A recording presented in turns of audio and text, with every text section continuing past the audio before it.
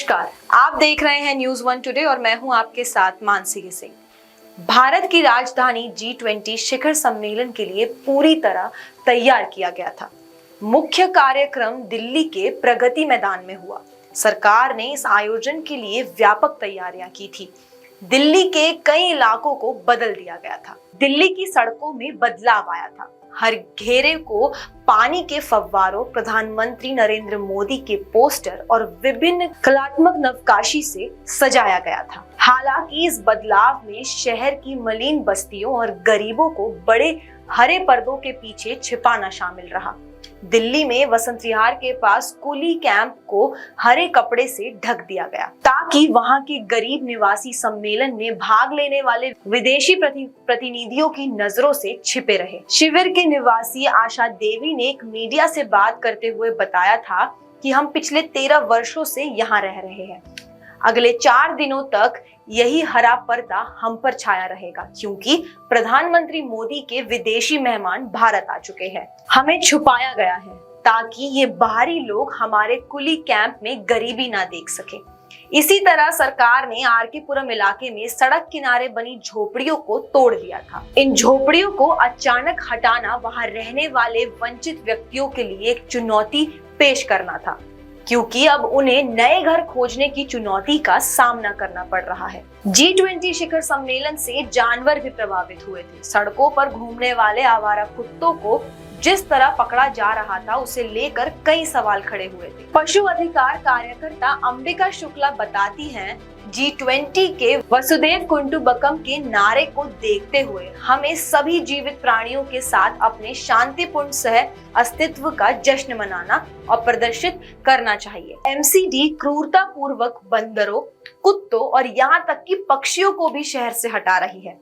बूढ़े, निष्फल, मिलनसार और हानिरहित कुत्तों को तार के चिमटे का उपयोग करके पकड़ लिया गया है, वाहनों में रखा जा रहा है और भोजन, चिकित्सा, देखभाल या व्यायाम के पर्याप्त प्रावधान के बिना यूनिट्स में कैद कर दिया जा रहा है। आपको मैं ये बता दूं कि दिल्ली ही नहीं, नोएडा में भी बदलाव किए गए थे। पड़ोसी नोएडा में अधिकारी DND फ्लाईओवर के पास सेक्टर 16 में सड़क के किनारे स्थित कई झुग्गी बस्तियों के सामने ग्रिल और टिन शेड लगा दिए गए, जबकि अधिकारियों ने स्थापना को सौंदर्यकरण अभ्यास का हिस्सा बताया गया था। स्थानीय लोगों ने कहा कि व्यवसाय को प्रभावित कर रहा था और पहले से ही तंग झुग्गी जगहों में वेंटिलेशन को प्रभावित कर रहा था। 45 वर्षीय दुकानदार मोहम्मद सलीम ने एक मीडिया से बात करते हुए बताया था कि उनकी मदर डेयरी की दुकान अब ग्रिल्स के पीछे छुप गई है। उन्हें हाल ही में कोई ग्राहक नहीं मिल रहा था। ये झुग्गियां यहाँ काफी समय से हैं, लेकिन टिन शेड नहीं थे। अब उन्हें यह दीवार बना ली है और हमें हर रंग से ढकना शुरू कर दिया है ताकि G20 के लिए आने वाले अधिकारियों को यह दिखाई ना दे कि वह यहाँ रहने वाले गरीबों को छिपाने की कोशिश कर रहे हैं, उन्होंने दावा किया। स्थानीय लोगों ने कहा कि काम 1 महीने से अधिक समय से चल रहा था। एक गृहिणी राजकुमारी ने भी मीडिया से बात करते हुए बताया, यह काफी दम घुटने वाला है क्योंकि उन्होंने इस क्षेत्र को इन जालियों से घेर दिया है। केवल एक छोटा सा खुला स्थान छोड़ दिया गया है। पहले हम बाहर बैठ सकते थे और हमारे बच्चे वहां खेलते थे, लेकिन अब हम यह भी नहीं कर सकते। 40 वर्षीय सब्जी विक्रेता राम यादव ने बताया, इस नई दीवार के बाद मैं अपनी रेडी गाड़ी को ठीक बाहर अपने सामान्य स्थान पर नहीं लगा सकता।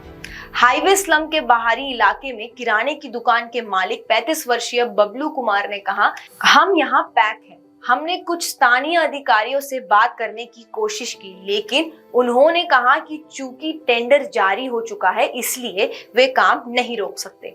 मेरी सब्जी और फल की दुकान पूरी तरह से बंद हो गई है। मेरे 3 बच्चे हैं, अब मैं कैसे गुजारा करूंगी। जबकि दिल्ली पुलिस ने लोगों को आश्वस्त करने के लिए कहा और ये बयान दिया कि यह लॉकडाउन नहीं है। शहर के गरीब निवासी और दैनिक वेतन भोगी, जिनमें से कई लोग हाथ से काम करते हैं और वह एक दिन का काम भी नहीं खो सकते हैं, कहते हैं प्रभाव विनाशकारी होगा। लोग ने यह भी बताया कि क्या हमें काम पर नहीं जाना है और क्या खाना नहीं खाना है।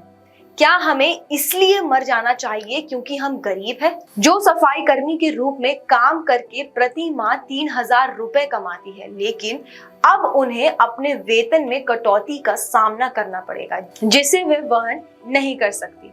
हाल ही के दिनों में 4,000 से अधिक बेघर लोग जो फ्लाईओवर के नीचे और सड़कों पर रह रहे थे, उन्हें दिल्ली के बाहरी इलाके में आश्रय स्थलों में स्थानांतरित कर दिया गया है। दिल्ली में एक नागरिक समाज कार्यकर्ता हर्ष मंदर का कहना है कि गरीबों को या तो शहर से बाहर निकालने या उन्हें सार्वजनिक तरीके से मिटाने का एक तरह का उग्र प्रयास किया गया।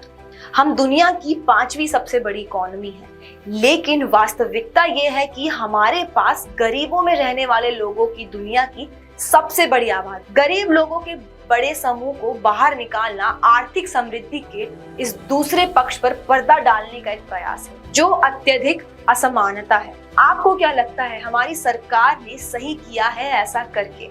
क्या उन्हें शर्म आती है अपने ही देश के लोगों को दिखाने में क्योंकि वो लोग गरीब है? क्या झुग्गी में रहने वाले लोगों को नॉर्मल लोग जैसे नहीं देखा जाता है? क्यों 3 दिन उनके घरों को ढका गया? आपकी इस खबर में क्या राय है, हमारे कमेंट बॉक्स पर जरूर बताइएगा। तब तक के लिए देखते रहिए न्यूज़ 1 टुडे।